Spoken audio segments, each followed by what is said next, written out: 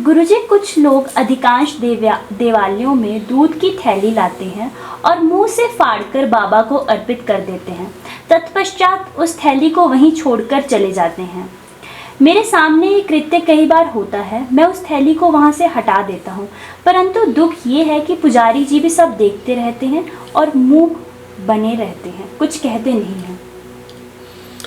असल में पता नहीं कहाँ से ये चीज़ आई है पौरोहित्य वर्ग में और पूजा पाठों में कि उनका ध्यान, प्रीस्ट का ध्यान, आचार्य का ध्यान कराने वाला जो मुख्य ब्रह्मा है, जो गुरु है, जो भी उसको करा रहा है, सिखा रहा है, पुरोहित है, पुजारी है, उसका ध्यान आर्थिक लाभों की तरफ बहुत ज़्यादा लग गया और वो जरा भी नाराज़गी नहीं चाहता। मतलब परमात्मा से नाराज़गी लेने को तैयार है वो, लेकिन यजमान नाराज़ नहीं होना चाहिए। वो एक मुश्किल है, तो उस सब में है। लेकिन ये जो शॉर्टकट्स हैं और ये सारी चीज़ें हैं, ये बड़ी दूषित हैं। और बहुत सारे मंदिरों में जब मैं गया तो मुझे इस तरह का एहसास हुआ कि जैसे परमात्मा दरवाजे के बाहर ही खड़ा होकर मुझसे कह रहा है कि तुम कहाँ यहाँ आ गए टाइम वेस्ट करना, यहाँ मैं हूँ नहीं, और मैं तो जहाँ हूँ तुम वहाँ से क्यों यहाँ आ गए, मतलब लाइक दैट, इस तरह की चीज़ें। तो अब आप अगर झूठा मुंह से फाड़ करके, तो वो तो अशुद्ध है, चढ़ाना, उसे चढ़ाने की कुछ ज़रूरत ही नहीं है। चढ़ा तो चुके आप अपने ऊपर उसको, अपने मुंह से तो आपने टच कर ही लिया उसको। और जब तक आप उससे उतना नहीं छीलेंगे जब तक कि वो दूध बाहर ना निकले, तो दूध बाहर निकलने का मतलब आपके दांत से, होठ से तो टच हो ही गया। तो हम ये मुख शुद्धि की बात करते हैं और बोलते हैं आपको बहुत से उसमें जो मुख पट्टी की बात करते हैं कि आप थोड़ा हाथ लगा लें या कुछ कपड़ा ले लें कि कुछ छींटे मुंह के आपके पुस्तक पर भी ना गिरें, और परमात्मा पर एक झूठा दूध आप चढ़ा रहे हैं, पन्नियाँ वहीं डाल रहे हैं, सब इस सब से कुछ होता नहीं। ये सब टाइम की वेस्टेज ना करें, इससे तो अच्छा ना करें तो बहुत अच्छा है।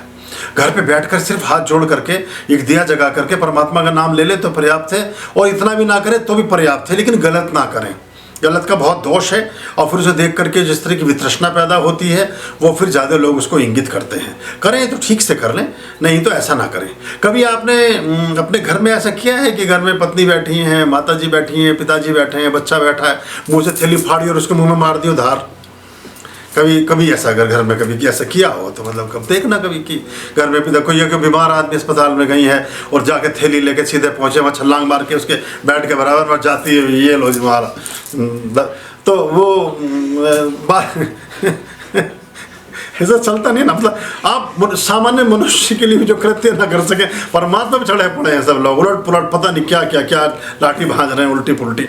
इन सब कामों की जरूरत नहीं है। होश में ढंग से करें, वरना ना करें। क्योंकि जब आप ढंग से करेंगे, ये ढंग के करने से ही आपके जीवन में सारी रोशनी आई है। जो आपका जीवन बदल रहा है ये ढंग से करने से बदल रहा है। ये बेढंगे ढंग से ना करें उसको तो अच्छा रहेगा जी। साथ ही गुरुदेव, कुछ लोग कहते हैं कि लिंगम पर दूध चढ़ाने की जगह पर वे किसी गरीब को दें तो भला ज़्यादा होता है। इस पर मैंने पहले भी एक बार बोला था आपको कि इस हिंदुस्तान में 150 गरीब हैं, 150 करोड़ गरीब हैं, 150 करोड़ गरीब हैं। अब एक दूध का जितना मात्रा हम चढ़ाने वाले हैं उसके छींटे का 100वां भाग बचता है। सुई की नोक के बराबर ले जाओ अपना हिसाब। सुई की नोक पर जितना सा दूध लगता है उससे भी कम हिस्सा बनेगा अगर उसे 150 करोड़ लोगों में बांटोगे आप। सभी गरीब हैं, उनसे पूछिए कितनी बार दिया है गरीबों को, और गरीब आप रहे ही क्यों?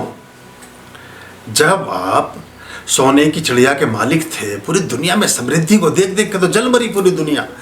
यहाँ का वैभव और विलास और यहाँ का विराट स्वरूप देख करके, यहाँ की समृद्धि देख करके इन मछुआरों ने, लुटेरों ने, इन अंधों ने, लंगड़ों ने, कानों ने, जो जितने भी तरह के विकार हो सकते हैं इन सब में, कोई तैमूर लंगड़ा, कोई बाबर काना, कोई ये सारे भाग लिए इधर की तरफ, क्योंकि भाई यहाँ पे माल पड़ा हुआ है, और सारे के सारे आके लूटपाट शुरू कर दी।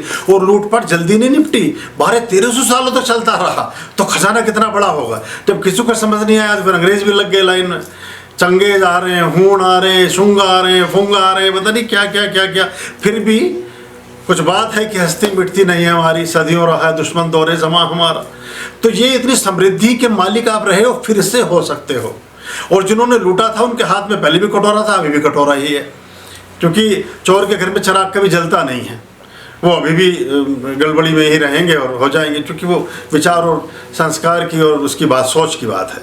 तो आप परम समृद्धि के व्यक्ति हैं, जो ऐसी बातें आपसे कहते हैं, उन्होंने कभी ये कृत्य किया नहीं होता। उनसे सबसे पहले पूछें कि आपने पिछले 3 महीनों में, पिछले 3 हफ्ते में, पिछले 3 वर्षों में कितने गरीबों के घर दूध पहुंचाया है। अपने घर तो लेके जाते नहीं दूध, वो गरीबों को पहुंचाएंगे दूध। वो माता जी बेचारी कहती निमट जाती, हफ्ते में 1 दिन वो रोज कहती है शाम को रबड़ी बना लें और खीर बना लें। वहाँ तो तुम्हें फुर्सत नहीं मिलती, कभी तुम भूल जाते हो, कभी तुम्हें याद नहीं रहता, कभी दुकान पे मिलता नहीं, कभी थैली का दूध ठीक नहीं, कभी गाय वाले ने पानी मिला दिया, कभी कुछ और हो गया। वहाँ तुम फिर खबरें दिखाते हो अखबार में छवि कि दूध सारा का सारा नकली आ रहा है, काहे को लाएं खरीद के। कुछ नहीं करना, कृपणता ने सब काम बंधिया कर दिया है, सारा काम खराब कर दिया है। जितना बांटोगे, जितना, और जो दूध अर्पित करने का कुछ और कंसेप्ट है, हम कभी समझ नहीं सकते सामान्य बुद्धि के जन इसको। इसमें जलहरी में जाता है, ये कोई नालियों में नहीं जाता, ये कि दूषित उसमें नहीं जाता, और उस जलहरी को लांघने की भी मनाही है। को लांग भी नहीं सकते हैं आप, इतनी शुचिता का ध्यान उसमें रखा जाता है। और जलहरी जब पाताल लोक को रिप्रेजेंट करती है, जैसे धन की आप बात कर रहे हैं, तुम पाताल निवासिनी तुम्ही शुभ धाता, कर्म प्रभाव प्रकाशनी भवनिधि की त्राता। वो लक्ष्मी का भी सेचन है उसके साथ साथ, और वो भगवान शिव और पार्वती का उसमें एक पूरा का पूरा अभिषेकम है। और उस नाली के किनारे पर उसको जो जलहरी के जो किनारे हैं, उन पर करोड़ों कीट पतंगे, छोटे छोटे इंसेक्ट्स अपने जीवन का भरण पोषण करते हैं।